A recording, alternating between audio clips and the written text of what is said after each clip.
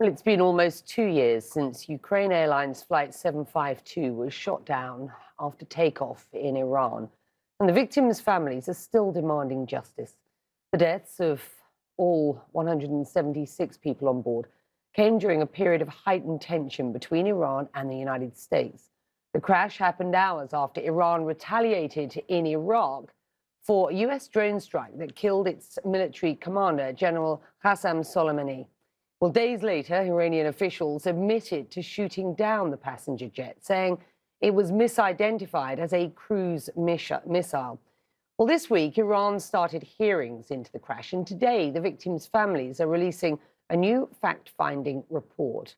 Hamid Esmaeilion tragically lost his wife and young daughter, seen here in the plane crash. He is now the speaker for the Association of Victims' Family, and he joins me now from Toronto. And firstly, we are so terribly, terribly sorry for your loss, Hamid.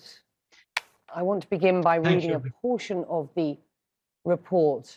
We cannot blindly accept Iran's assertions, it says. It is the belief of the association that high-ranking officials of Iran are responsible for the downing of flight PS752 and not just a handful of low-ranking IRGC members, as per the claims of the government of Iran. There is no doubt that many questions still need to be answered.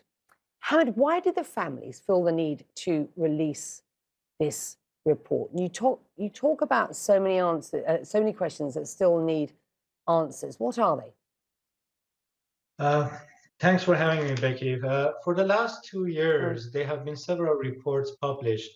One was the Prime Minister's Special Advisor's report in Canada, and the other one was a forensic report done by Canadian government and the United Nations Special Rapporteur, Dr. Agnes Callamore. Unfortunately, none of these reports answered these questions. The strongest one was Dr. Callamore's report that raised some questions and the doubt that the downing of PS752 could have been intentional if Iran doesn't give any explanation. So Iran hasn't given any explanation. And then we decided, so to speak to the aviation experts, military experts, gather information, call to the, talk to the informants, and then talk to the families as witnesses, and even hire a private investigator to put all this information together and publish a report today. This week, Iran began a so-called trial that will see, as I said, 10 low-ranking suspects tried. What do you make of what is happening in Tehran? So if you go through our report, you will find that we say that the downing of flight PS752 was an intentional act.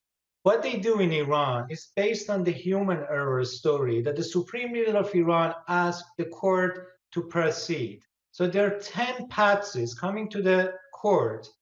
We know the names, but we don't know the rankings. We don't know who they are. When the head of IRGC and the head of aerospace of IRGC, they confess in front of the camera in Iran that they downed flight PS752 and they took the responsibility. So we believe, the families believe, that the Supreme Leader of Iran, as a commander-in-chief, the commanders of IRGC, the members of National Security Council, all of them should sit on the witness stand on that bench to answer the questions and say, first of all, why they didn't close the airspace that night.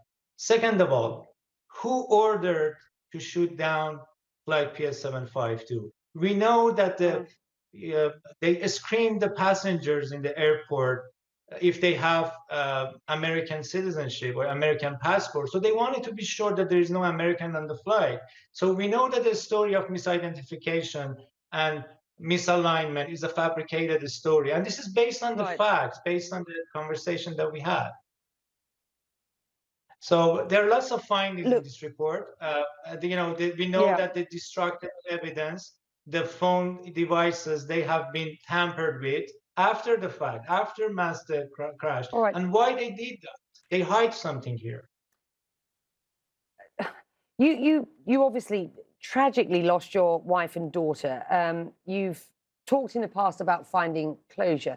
Very briefly, do you feel like this report will do that for you? Is there some sort of closure at this point? The governments, they have promised us to do an impartial international investigation.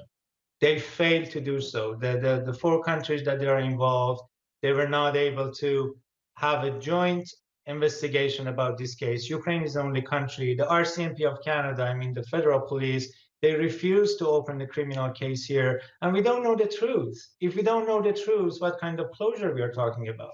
And about justice, if we don't have this case in international criminal court or in a domestic court in Canada or in Ukraine for 55 Canadian citizens who were murdered in cold blood, what kind of justice we can have?